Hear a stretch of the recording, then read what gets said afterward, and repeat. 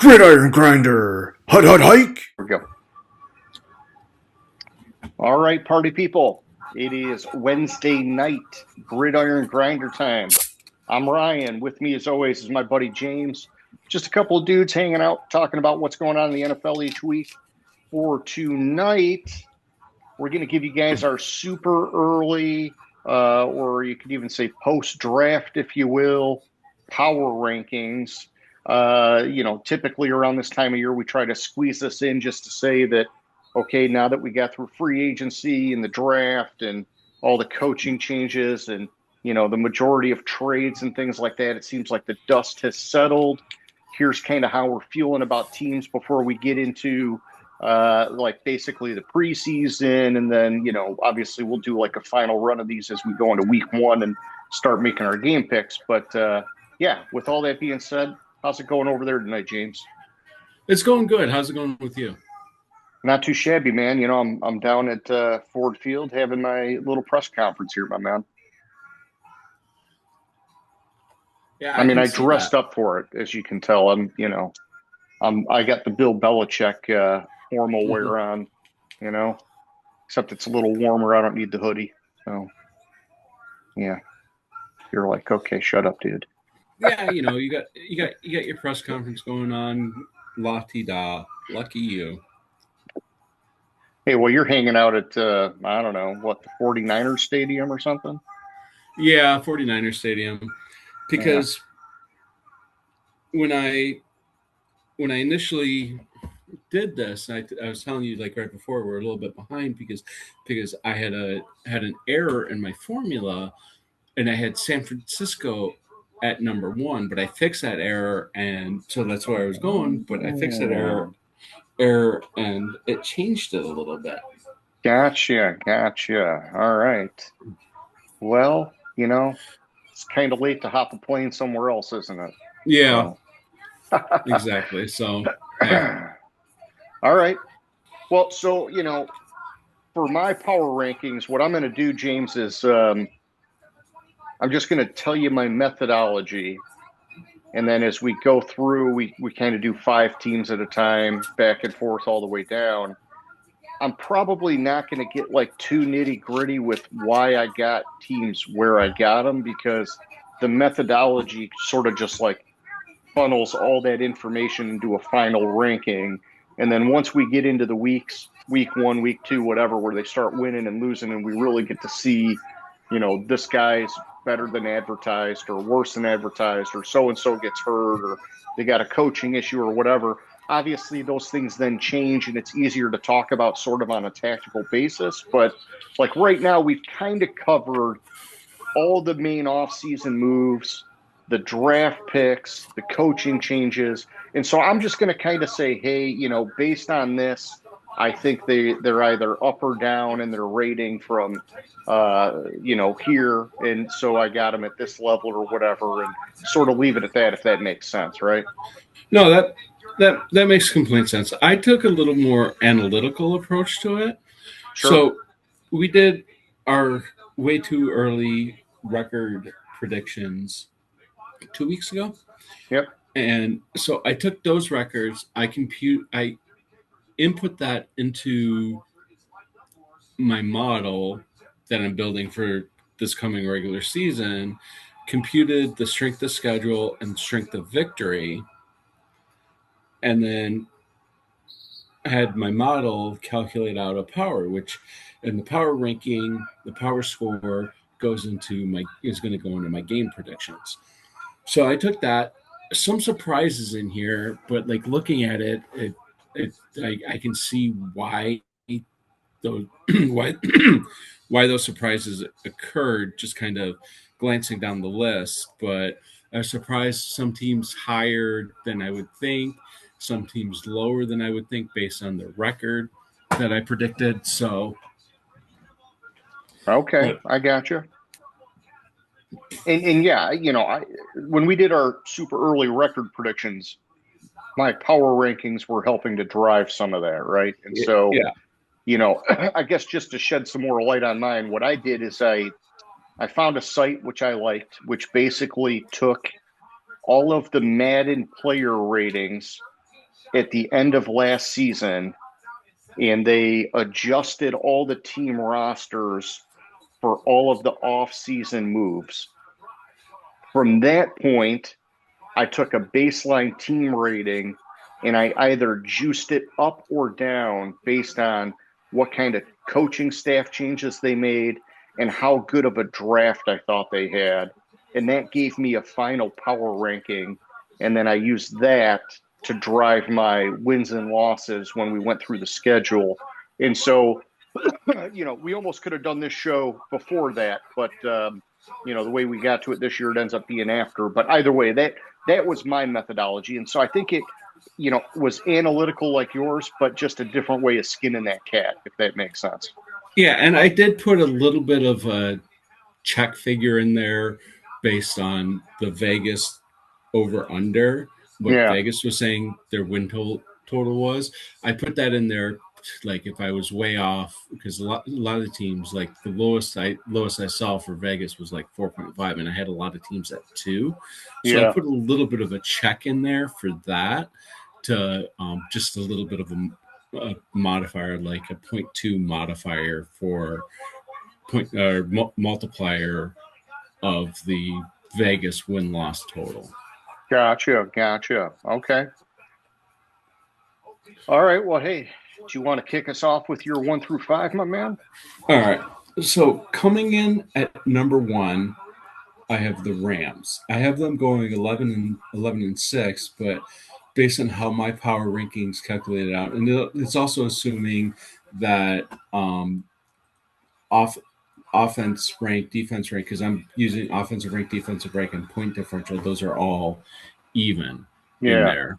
So they computed out to like a 6.36 for my power rankings, where Seattle, who I had going 12-5, computed out to a 6.31. And the difference with them was the strength of schedule. I weight higher than the strength of victory. And okay. Like the difference between strength of schedule was like 0.01 versus strength of victory 0.004, but that multiplier gave them a little bit of an edge over Seattle.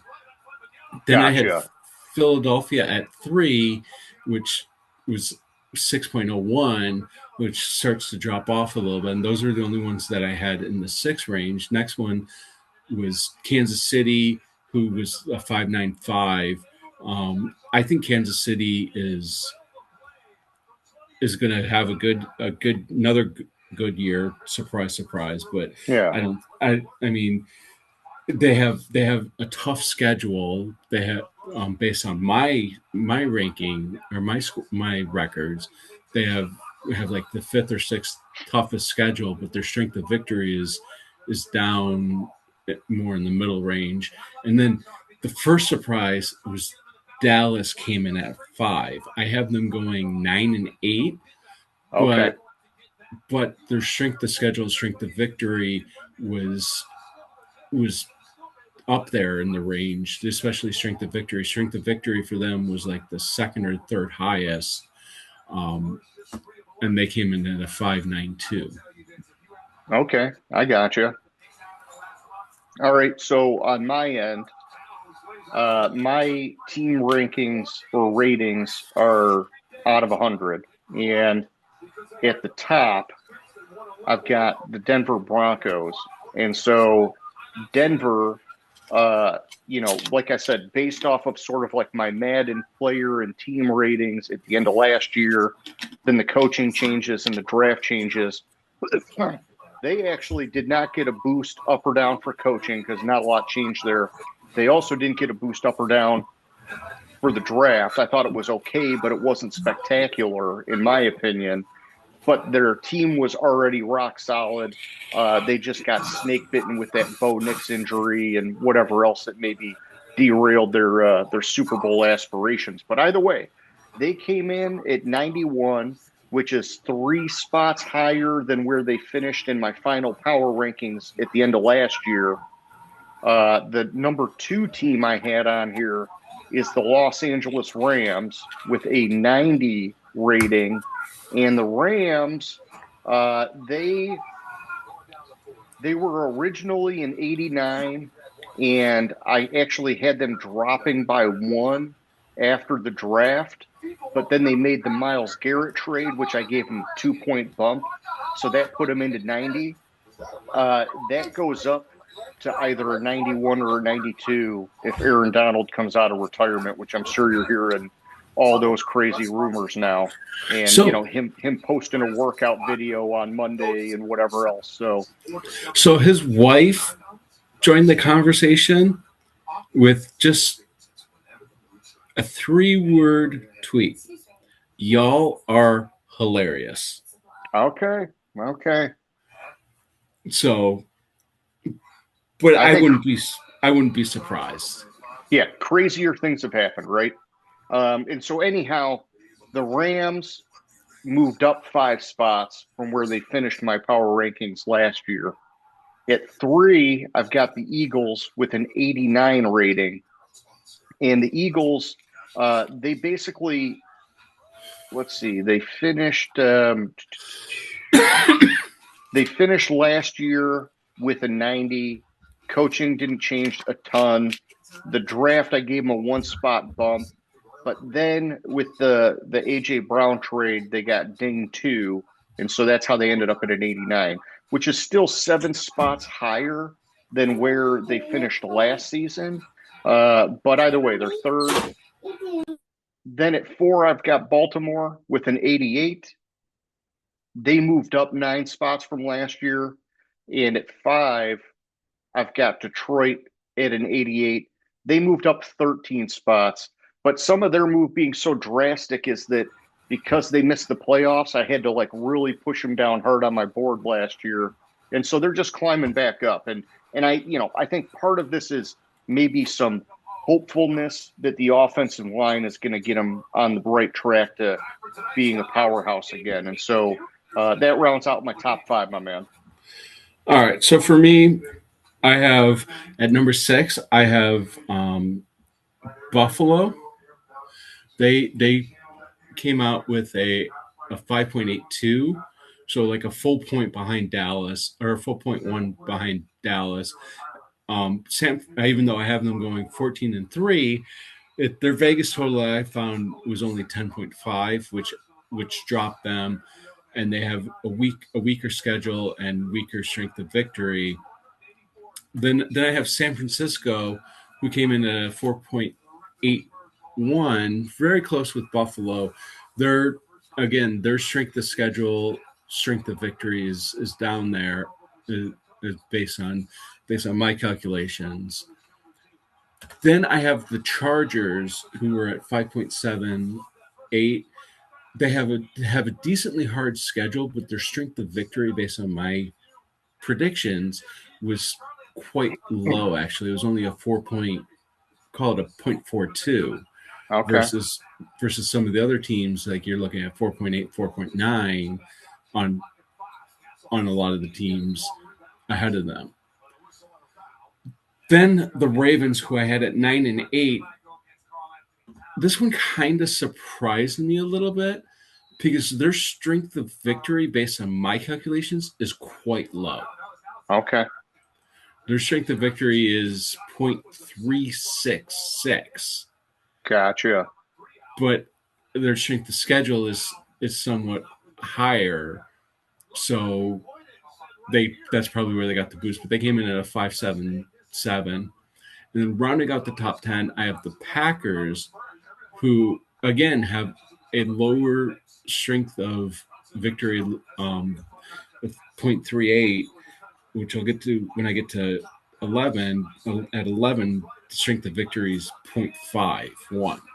Okay. So they came out at a 5.73. Gotcha. Okay. All right. So at 6, then I've got the Patriots, and they came out with a team rating of an 88. Basically, They got a slight bump in their rating with the A.J. Brown trade, but they're down 5 spots from where they finished last year. And, part of that is, like we talked about, it's a lot of the offseason moves and everything that just kind of came into it. Plus, it seemed like they got a little bit exposed in that Super Bowl, right? So I think some of their player ratings and whatnot took a ding, which dropped them down. But 88 still very respectful, still top 10, almost top 5.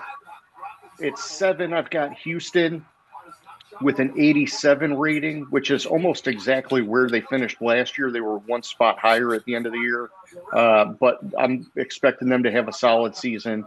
8, I've got Kansas City. They had the biggest jump on my board, and so they finished last year 14 spots lower. But the reason they were 14 spots lower was because of the injuries and because they missed the playoffs. And I had to force them down the board to get them out of the playoff range and whatever else. They obviously still have Mahomes, still have Andy Reid, Spagnuolo running the defense. I still think they're going to be a competitive team. They just need to stay healthy and get it back on their feet. 9, I got Buffalo. They're an 86 rating, so just 1 behind the Chiefs. They finished last year 6 spots higher on my board. And so Buffalo is one of those teams that I think could outperform this. And I think their strength of schedule is going to suggest that they could definitely outperform this. But only time's going to tell, right? Well, their strength of schedule is not super favorable, right? But you get what I mean. Mm-hmm. And then at 10, I've got the Vikings, also an 86. The Vikings were one of my surprise teams, but we talked about that when we did the super early team rankings that, I think the model really likes Kyler at quarterback, basically sort of fixing some of the mess of what happened with them last year with J.J. McCarthy and whatever else. And so they snuck into my top 10. I was kind of surprised, but for now, I'm going to ride it because it's super early, and I'm letting the system drive the work, my man. So back to you at 11. All right, at 11 is another surprise, I didn't make any adjustments for these surprises. I just let the numbers roll out to what they were. At 11, I have Jacksonville. Even though I have them at 6 and 11, based on my record predictions, they have like the 4th or the 5th hardest schedule, and they have their strength of victory is the highest I have. Gotcha. And they came out just barely behind Green Bay, like 0.008 behind Green Bay. Gotcha. Then I have following them, I have the Texans, who came out like just barely behind Jacksonville at a 5.71. They have, again, a higher their strength of schedule is over 50%, and then their strength of victory is at 0.44. And then kind of drops off a little bit with Denver. I think part of Denver dropping so low is their strength of schedule is below 0.5. Their strength of victory is just over 0.4. So, and Vegas is only their over under was 9.5, and they came out at 5.6. Gotcha. Then I have Chicago and Detroit. Even though I have Chicago only winning 10 games and Detroit winning 14, Chicago's strength of schedule is decently higher. It's almost at a 0.5, and their strength of victory is a 0.01 higher, so that they beat out Detroit by 0.1 or 0.14. Okay. Based on the computations. I was surprised Detroit was so low, but like I said, I'm taking just the pure analytical approach to it this year. And I noticed we have 2 minutes, so I don't think we have time to go through your 10 through 15. That's fine. Yeah, we'll take our 10-minute break, and when we come back, I'll give you mine. Sound good? All right, sounds good. All right, talk to you in a minute. All right. All right, we're back, man. And so flipping it over to my side, 11 through 15, I've got the Chicago Bears at 11 with an 85 ranking or rating, rather. This actually dropped them 9 spots from where they finished last year. I think it just goes to show there's still some holes in the roster. They just well outperformed it as the season went on last year. 12, the Chargers, also with an 85 rating.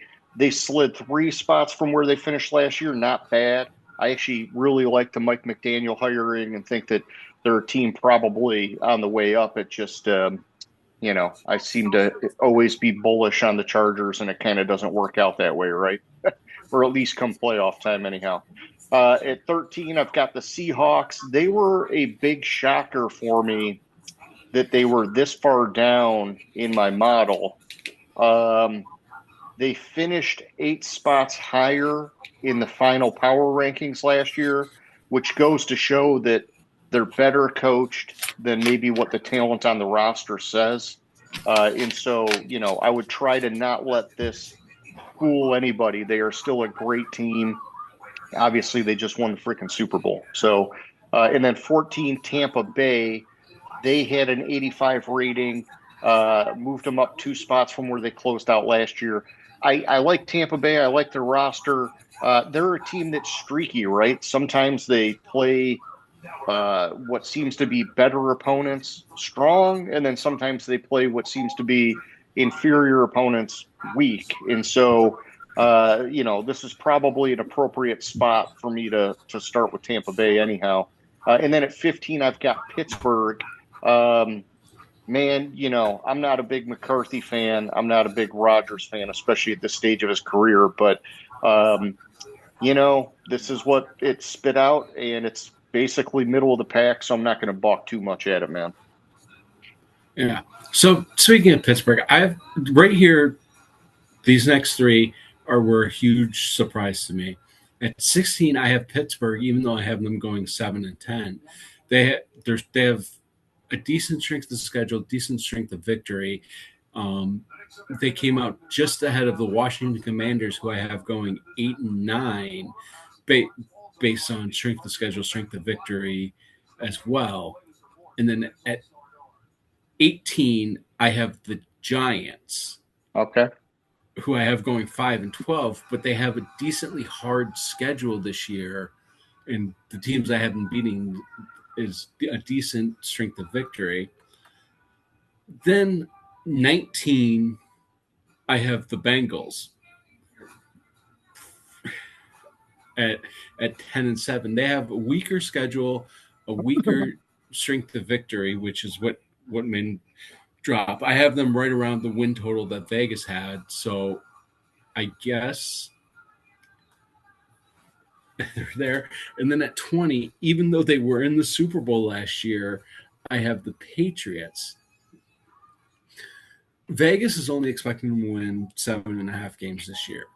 They have a middle of the road strength of schedule, middle of the road strength of victory based on my power ranking, or based on my record predictions, and they came out a full point behind, or 0.1 behind Cincinnati to get just ahead of my 22nd team. Gotcha. 21st team. Okay.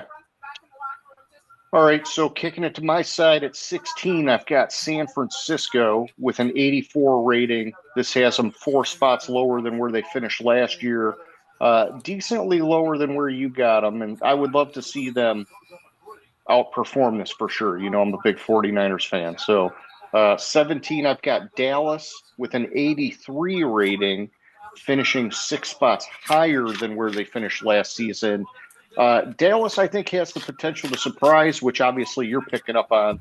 It's that if they can stay committed to the running game and these defensive changes really kind of like show some traction for them, Dallas could finally be on the right path. But my model's not like super sold on it, and I'm not really yet either. So 18, I've got Green Bay. I was surprised Green Bay was so low with an 83 rating. I'm not totally sure because I couldn't dig in and see player by player what was going on here. Maybe something with Micah Parsons was dinged because of his injury. It did not account for anything going on with Josh Jacobs, and so it's just a little perplexing to me that they were this low. But either way, it is what it is. That's got them at 18. 19, I've got the Colts. I would like to see Indy do better. They were on sort of a hot streak last year until Daniel Jones got hurt. And then at 20, I've got Jacksonville. I think Jacksonville, it's showing them with an 83 team rating, and so hypothetically they could easily be 1, 2, 3, 4 spots higher because they're at the bottom of my 83 rating teams. But Jacksonville obviously surprised last year. I think that maybe the strength of schedule is going to have them come back to reality a little bit. But, they could also still just be on a team that's trending up and deserve to be at least 4 or 5 spots higher. So that's one to watch out for, but that's where they're at for now. So back to you at 21, homie. All right. At 21, I have Tampa Bay. They have an easy schedule, not that good of a strength of victory. I'm sorry. Easy schedule, not that good strength of victory. Then at 22, I have Minnesota. I have Minnesota with a top tier strength of schedule, but a low strength of victory. And this is where the effect, the more weight I have on strength of schedule is coming into play, because with having them at 4 and 13, I have them strength of schedule at 0.54, but strength of victory of 0.21. You would think they would be lower, but because of how hard their schedule appears to be, they came out at a 5.09. Yeah. Then at 23, I have the Colts. They have an easier schedule, which leads to an easier strength of victory, or a little bit lower strength of victory. And then the Vegas total, they're only expecting 7.5 wins out of them. That gave them a 4.97. Just beating out Carolina, who had a 4.95. Again, strength of schedule, strength of victory plays a big role with it. They have a decent schedule strength, but a low strength of victory. Another surprise at 25, who I have going 2 and 15. Oh, I'm sorry, you had Indy at 23. Who'd you have at 24? Carolina. Okay. A little bit of surprise at 25, even though I have them going 2 and 15, is the Jets. They have a decently hard schedule at 0.52, and I have them beating a couple teams that are good, which gave them a 0.47 strength of victory, and they ended up with a 4.88 power score. Okay. Good to know. So for me at 21, I got the Falcons with an 82 team rating. 22, I've got the Bengals also with an 82. And then 23, I got the Giants also with an 82. I think Cincinnati has the most potential to outperform these 82 rated teams. But, only time will tell. Joe Burrow seems to get hurt every year, and the defense, they lost Hendrickson, but they did make some moves, so who knows what will happen. 24, I got the Cardinals, and 25, I've got Carolina, both rated 81. The Cardinals, I'm not sure if I'm digging what they got going on so much anymore because of the Brissett drama, but Carolina, they obviously way outperformed last year, and so this is a low spot for them. Should be an easy bar for them to get over.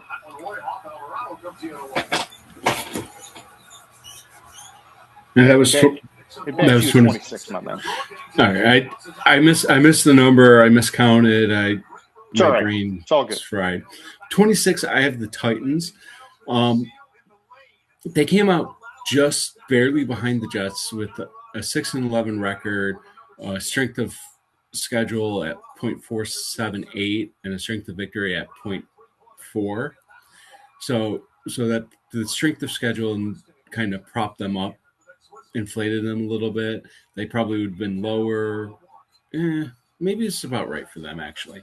Okay. Then I have Atlanta. Atlanta, they have a decent strength of schedule at 0.494, but only a 0.27 strength of victory, which gave them a 4.6. Gotcha.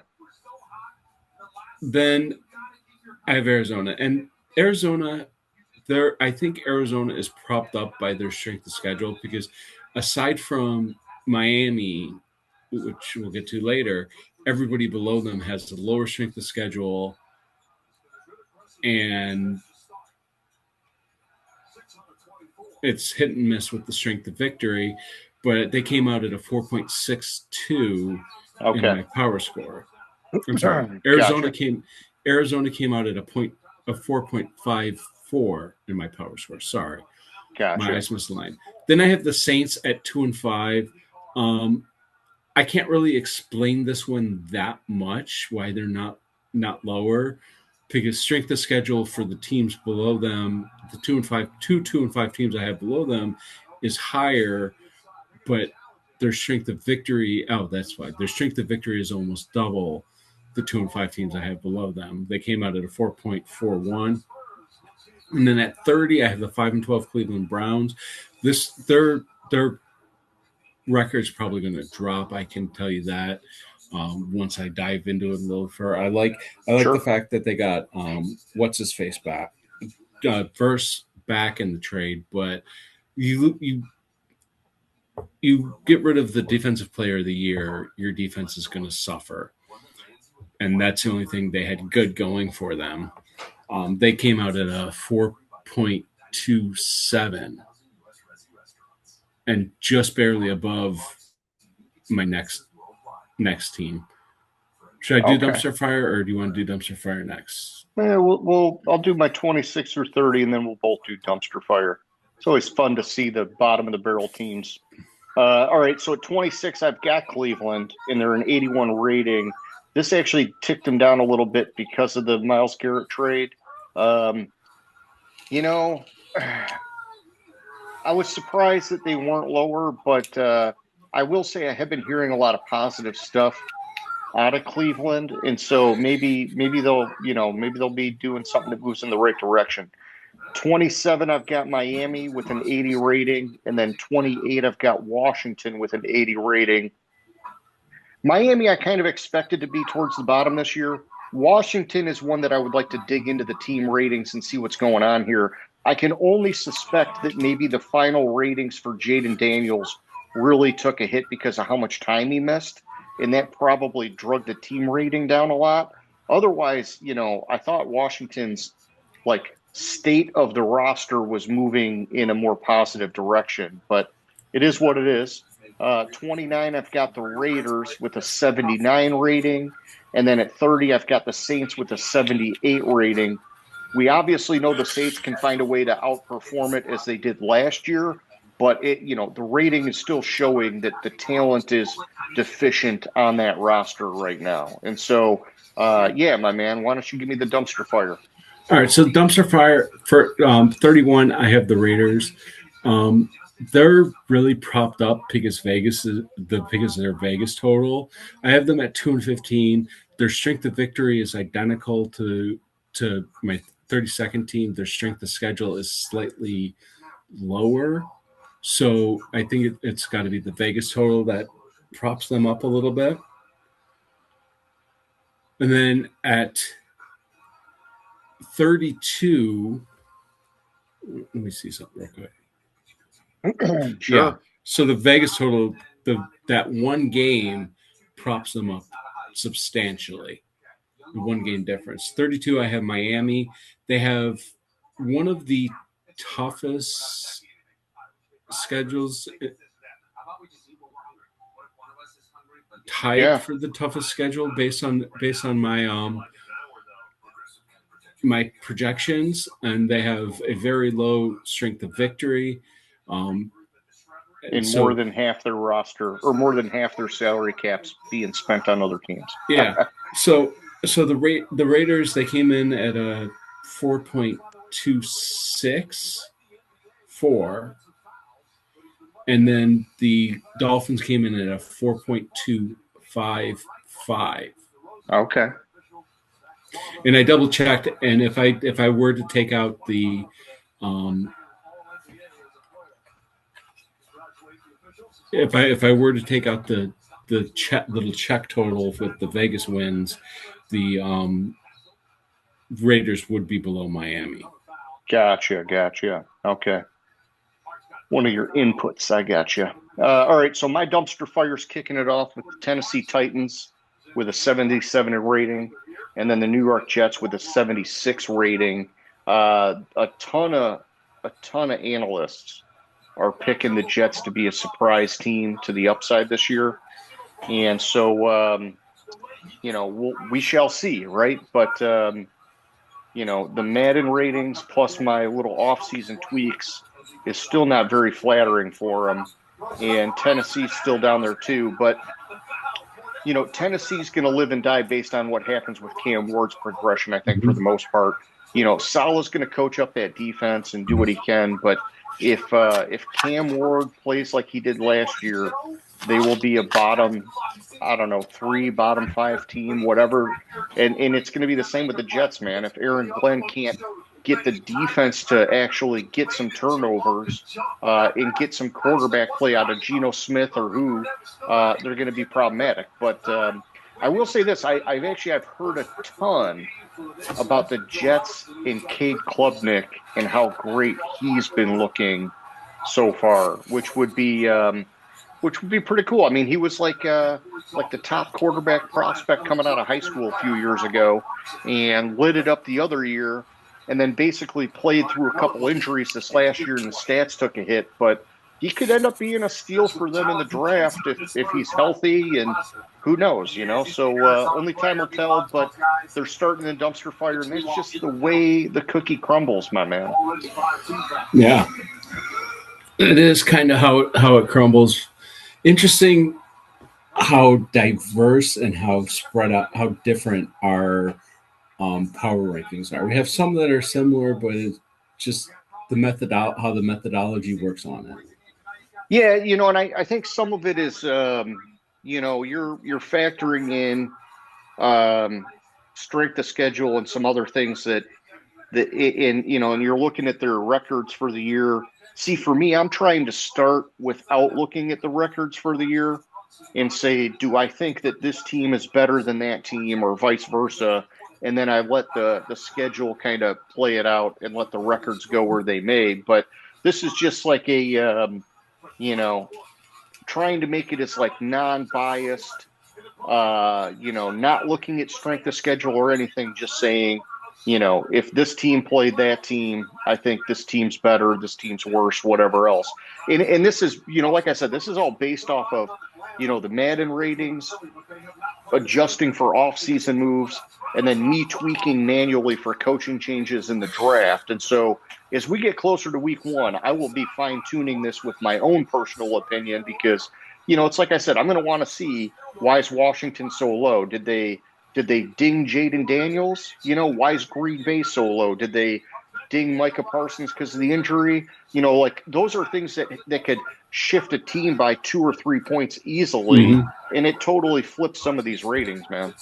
Yeah, and like with like Micah Parsons, like the news this week was that he's going to start the season on the PUP list. Yeah. So he's probably not going to be back till October at the earliest, which that might change a little bit on my end with the record predictions. And that makes I guess that would change my record predictions too, but that makes my power rankings seem more appropriate. But the thing is, there's no way that, the Madden ratings and whatever are accounting for that unless they put something in for the injury at the end of last year, right? And so, yeah. And maybe they did because he was hurt at the end of last year. And so that could be, but I got to really get nitty gritty to dissect some of that. Yeah. And with Green Bay, you also have to remember that they got rid of a lot of their key offensive players from last year. Gotcha. Romeo Dobbs is gone. I'm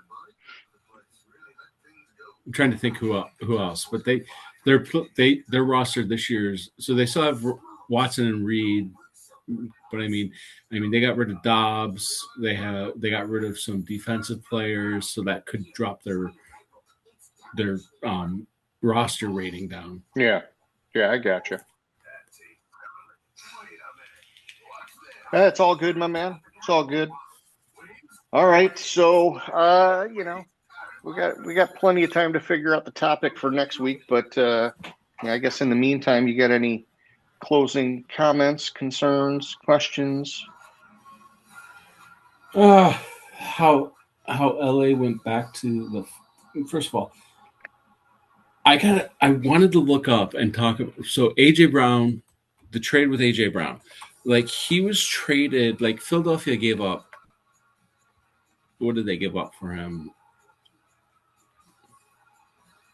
The draft for 18th, so first round pick, and so they gave up a first and a third for AJ Brown, and then they got. I was curious about that. Yeah, they're getting like a 2028 first, right? So you got to discount it, but yeah, 27. Philadelphia's getting a 27 fifth and a 28 first. Yeah.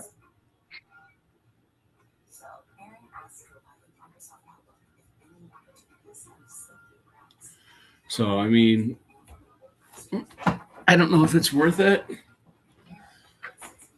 But I think they had to settle the quarrel, right?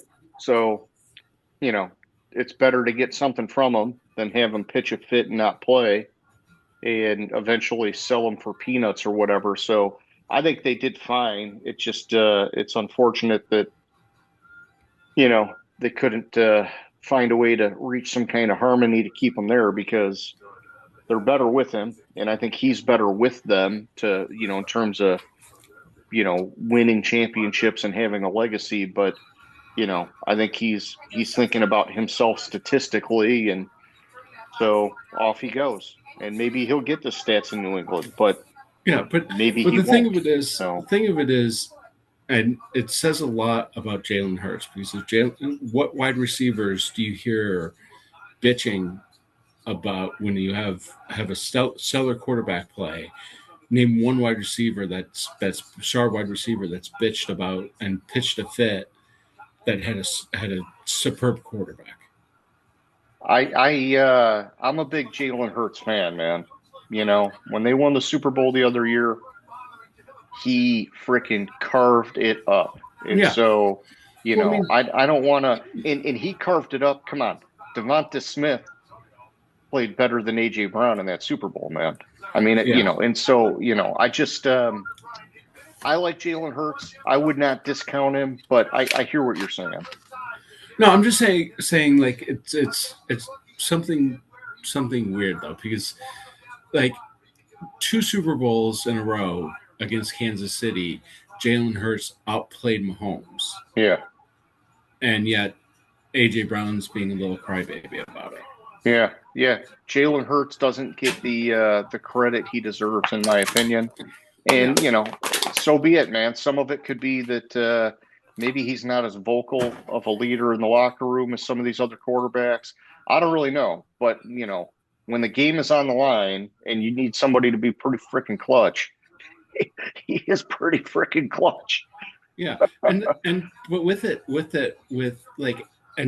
was reminded this week some stuff that AJ Brown said the year they won the Super Bowl. He was doing the same shit, and the Eagles pivoted and won the Super Bowl. This year, it didn't work out. Whatever. Yeah.